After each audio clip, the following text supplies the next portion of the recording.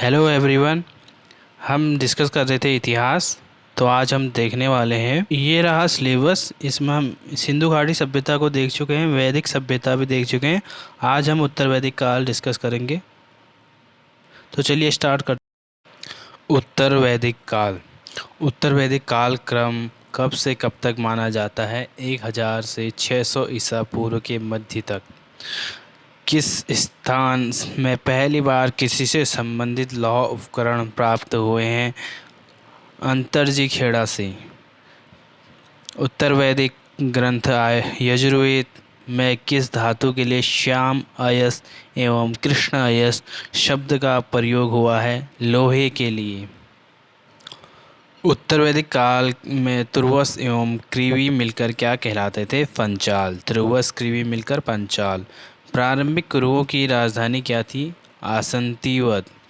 प्रारंभिक कुरुओं की राजधानी आसंतिवत। किस कुरु शासन ने 2 सर्वपत्र तथा 2 अश्वमेध यज्ञ के दिए? जन्मेजय ने। कुरु वंश का अंतिम शासक कौन था जिसने अपनी राजधानी हस्तिनापुर से कौशाम्बी स्थानांतरित करी? नीचचु। पांचाल क्षेत्र जिसके अंतर्गत आधुनिक बरेली, बदायूं, फर्रुखाबाद, बरेली, बदायूं, फर्रुखाबाद आते थे, किसकी राजधानी थी? कापिल्य की।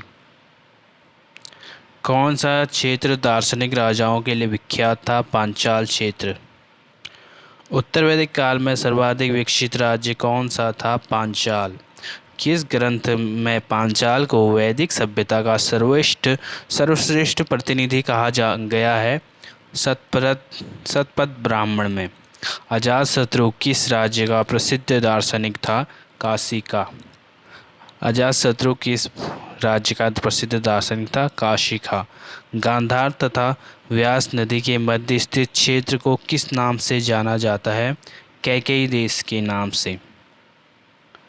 राजस्थान के जयपुर, अलवर और भरतपुर के मध्य किस देश की स्थापना की गई थी? मत्स्य देश की। अथर्ववेद में किस प्रदेश को द्रस्त प्रदेश कहा गया है? अंग एवं मगध को। राजनीतिक स्थिति देख लेते हैं। पहली बार क्षेत्रीय राज्यों का उदय किस काल में हुआ? उत्तर वैदिक काल में। क्षेत्रीय राज्यों का पहली बार उदय उत्तर वैदिक काल में। उत्तर वैदिक काल में प्राच्य देश के शासक को क्या कहा जाता है? सम्राट। शतपथ ब्राह्मण में निर्वाचित राज्य को क्या कहा जाता है? क्या कहा गया? विश्वपति।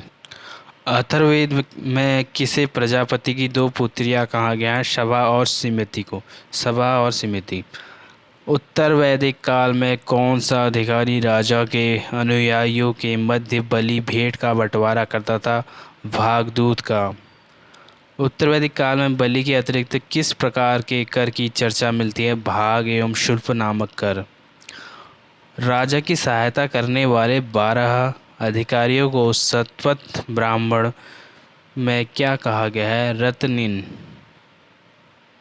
उत्तर वैदिक काल में पासे के खेल में राजा के सहयोगी को किस नाम से जाना जाता था? अक्षवाप के नाम से। उत्तर वैदिक काल में सीमांत प्रदेश के प्रशासक को क्या कहा जाता था? स्थपति।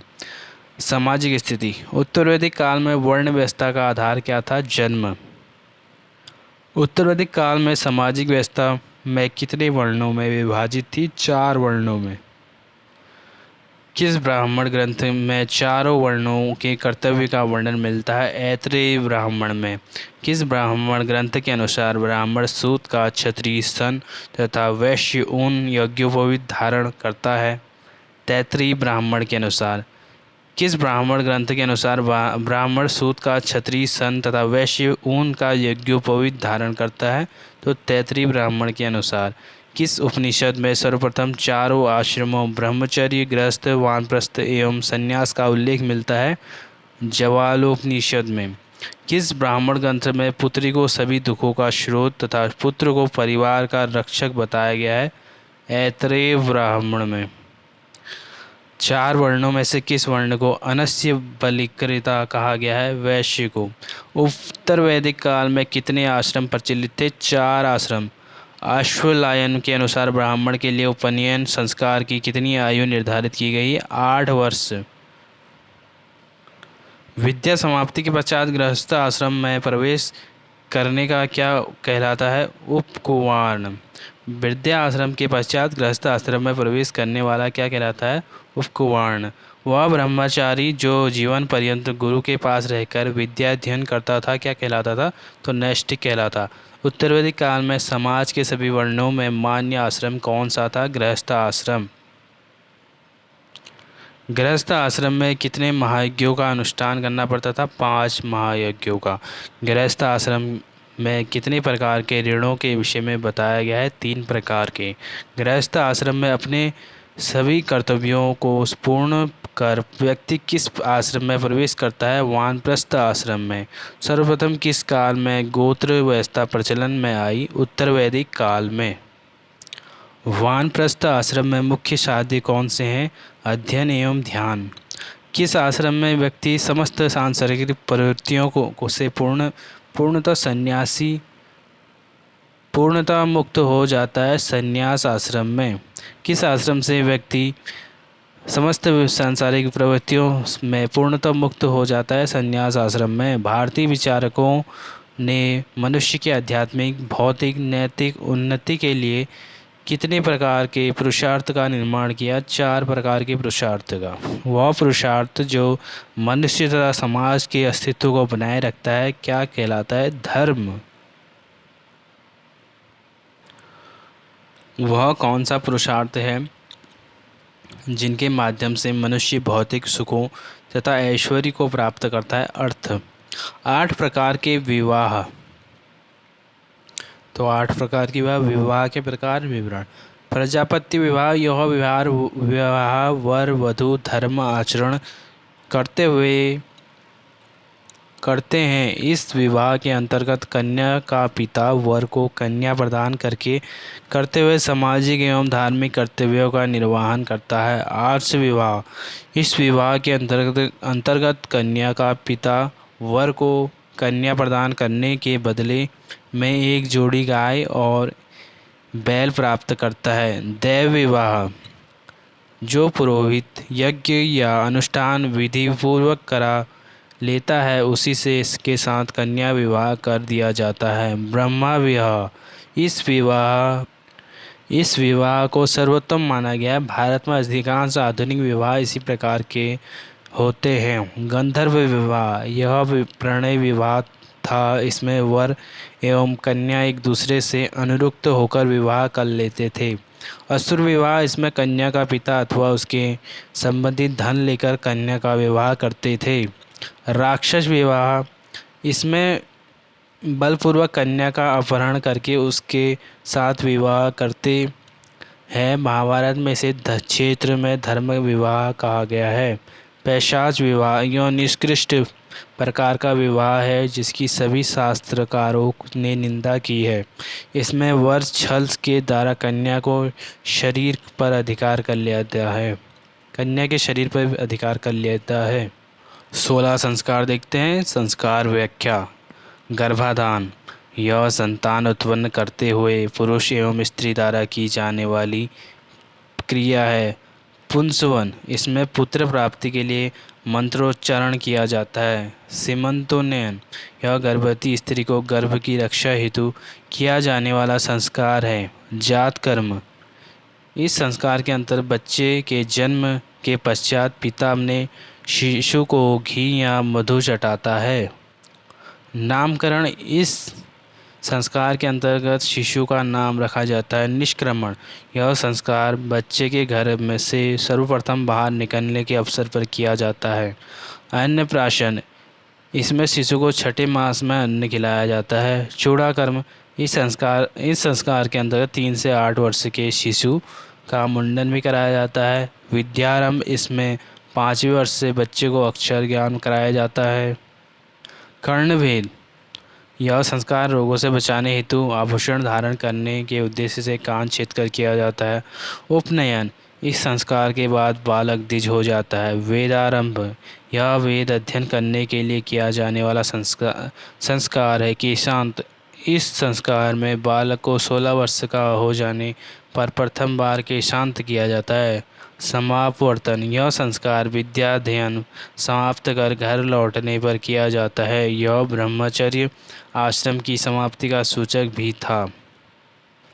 विवाह, यह वर वधु के परिणय सूत्र के बंधन के समय किया जाने वाला संस्कार है। अंत्येष्टि, यह निधन के पश्चात होने वाला संस्कार है। आर्थिक स्थिति देखते हैं अब। किस संहिता में 24 बैलों द्वारा खींचे जाने का उल्लेख किया गया है? काठक संहिता में। अथर्ववेद के अनुसार सर्वप्रथम किसने हल और कृषि को जन्म दिया? पृथ्वीवेन। यजुर्वेद में धान के लिए किस शब्द का प्रयोग किया गया है? व्रीहि शब्द। किस ब्राह्मण ग्रंथ में सर्वप्रथम कृषि की समस्त प्रक्रियाओं का वर्णन किया गया है? शतपथ ब्राह्मण ग्रंथ। किस वेद के में सिंचाई के साधन के रूप में वर्णाकूप एवं नहर का उल्लेख मिलता है? अथर्ववेद में। किसे सुनासिर का हलवाह कहा गया है? इंद्र को। सुनासिर का हलवाह इंद्र। शिल्प एवं व्यवहार, किस उत्तर वैदिक रचना में नगर की चर्चा पहली बार की गई? तैत्तिरीय आरण्यक में। उत्तर वैदिक कालीन प्रारंभिक नगर जिन्हें आद्य नगरीय स्थल कहा जा सकता है कौन से हैं? हस्तिनापुर और कौशाम्बी। बृहदारण्य उपनिषद में व्यापारियों के लिए किस शब्द का प्रयोग किया गया है? श्रेष्ठिन शब्द का। उत्तर वैदिक काल में किस रंग के मृदभांड सर्वाधिक प्रचलित है? लाल रंग के मृदभांड। महाजनी प्रथा का पहली बार उल्लेख किस ग्रंथ में किया गया? शतपथ ब्राह्मण ग्रंथ में। उत्तर वैदिक काल में कुशीदिन का प्रयोग किसके संदर्भ में किया गया? सुखादेर के लिए, सुतखोर के लिए। कुशीदिन सुतखोर के लिए। उत्तर वैदिक काल में पण, कर्षापण, पाद, वाह नामक सिक्कों का उल्लेख किसने किया? पाणिनि ने। धार्मिक स्थिति, उत्तर वैदिक कालीन धर्म का स्वरूप कैसा था? बहुदेववादी जैसा। उत्तर वैदिक काल में कितने पुरोहितों का उल्लेख मिलता है? 14 पुरोहितों का। उत्तर वैदिक काल में ऋग्वेद का पुरोहित कौन कहलाता था? होरोत्र। किस वेद में पुरोहित को उद्गाता कहा जाता था? सामवेद के। उत्तर वैदिक काल में यजुर्वेद के पुरोहित को क्या कहा जाता था? अर्धवयु। उत्तर वैदिक काल में मुख्य पुरोहित के रूप में सभी यज्ञों का पर्यवेक्षण करने वाला पुरोहित क्या कहलाता था? ऋत्विज। मृत्यु की चर्चा का वर्णन सर्वप्रथम किस ग्रंथ में मिला है? शतपथ ब्राह्मण ग्रंथ में। पुनर्जन्म की अवधारणा कहाँ मिलती है? बृहदारण्य उपनिषद में। निष्काम कर्म के सिद्धांत का प्रतिपादन सर्वप्रथम किस उपनिषद में किया गया? ईशोपनिषद। यज्ञों का विवरण। प्रमुख यज्ञ विवरण। राजसूय यज्ञ, यह यज्ञ राजा के राज्याभिषेक हेतु होता है। इस यज्ञ में प्रजा को यह विश्वास हो जाता था कि उसके सम्राट को दिव्य शक्ति मिल गई है। शतपथ ब्राह्मण ग्रंथ में इसका वर्णन मिलता है। अश्वमेध यज्ञ, यह राजकीय यज्ञों को में सर्वाधिक प्रसिद्ध और महत्वपूर्ण यज्ञ है। यह यज्ञ क्षेत्र विस्तार से जुड़ा हुआ है। वाजपेयी यज्ञ, यह यज्ञ 17 दिनों तक चलता है। यह यज्ञ करने से राजा सम्राट बनता है। अग्निष्टोम यज्ञ, इसमें सोम रस ग्रहण किया जाता है तथा अग्नि को बलि दी जाती है। वैदिक साहित्य देखते हैं। वेद, ऋग्वेद, यजुर्वेद, सामवेद सम्मिलित रूप से क्या कहा जाता है? वेद त्रयी। वेदों की रचना देवताओं द्वारा किए जाने के कारण इसे क्या कहा गया है? अपौरुषेय। अपौरुषेय। ऋग्वेद, ऋग्वेद में कुल कितने मंडल हैं? 1010 मंडल हैं। ऋग्वेद का कौन सा मंडल सबसे नवीन है? 10वां मंडल ही नवीन है। ऋग्वेद में कुल कितने सूक्त हैं? 1028 सूक्त हैं। गायत्री मंत्र का वर्णन ऋग्वेद में किस मंडल में किया गया? 3रे मंडल में।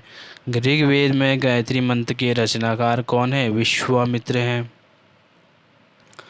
शाकल, वाष्कल, अश्वलायन, शंखायन, मंडूकायन किस वेद की शाखाएं हैं? ऋग्वेद की। ऋग्वेद के किस मंडल को सर्वप्रथम शूद्रों का उल्लेख मिलता है? 10वें मंडल में। ऋग्वेद के किस सूक्त में भारतीय नाटक की अंकुरावस्था माना जाता है? संवाद सूक्त में। ऋग्वेद के 10वें मंडल में कौन सा सूक्त विवाह समारोह पर प्रकाश डालता है? सूर्य सूक्त पर। अस्तो मा सदगम वाक्यांश किस ग्रंथ से लिया गया है? ऋग्वेद से। ऋग्वेद में किस देवता के संदर्भ में सर्वाधिक 250 बार उल्लेख है? इंद्र के बारे में। ऋग्वेद की ऋचाओं का सर्वाधिक लोकप्रिय छंद अनुष्ठुप सामवेद। कौन सा वेद भारतीय संगीत शास्त्र का आदि ग्रंथ एवं प्राचीनतम पुस्तक है? सामवेद। सामवेद में कितने मंत्र संग्रहित हैं? 1549 मंत्र। कौथुम एवं जैमिनी किस वेद की शाखाएं हैं? सामवेद की। कौथुम एवं जैमिनी। यजुर्वेद किस वेद में राष्ट्रीय वाजपेयी तथा अश्वमेध यज्ञ की चर्चा है? यजुर्वेद में। राष्ट्रीय वाजपेयी अश्वमेध यज्ञ की चर्चा यजुर्वेद में। तैत्तिरीय मैत्रायणी एवं कंठक संहिता का संबंध किससे है? कृष्ण यजुदेव। यजुर्वेद। भारतीय उपमहाद्वीप में लौह का सर्वप्रथम साहित्यिक संदर्भ किसमें मिलता है? यजुर्वेद। भारतीय उपमहाद्वीप में लौह का सर्वप्रथम साहित्यिक संदर्भ यजुर्वेद में मिलता है। अथर्ववेद किस वेद में तंत्र मंत्र तत्कालीन भारतीय औषधि विज्ञान संबंधी जानकारी मिलती है? अथर्ववेद में। अथर्ववेद की दो प्रमुख शाखाएं कौन सी हैं? शौनक पिप्लाद। शौनक पिप्लाद। किस वेद में ब्रह्मवेद भैषज्यवेद महिवेद भी कहा जाता है? अथर्ववेद को।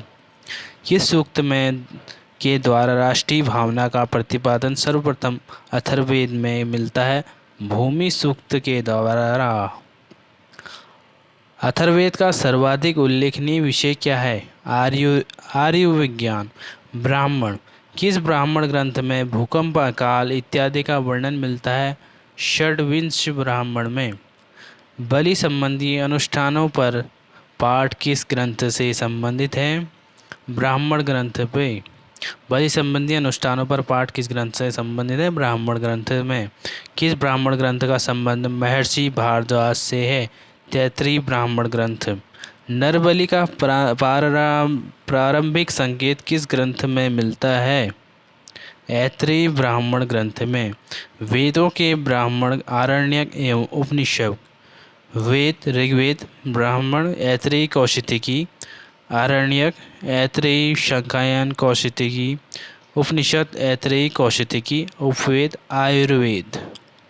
सामवेद पंचविश छंदोगय षड्विश जैमिनी छंदोगय जैमिनी छंदोगय गंधर्ववेद। यजुर्वेद तैत्तिरीय शतपथ बृहदारण्य श्वेताश्वर धनुर्वेद मैत्रेयणी तैत्तिरीय अथर्ववेद गोवध मुंडक मांडुक्य शिल्पवेद।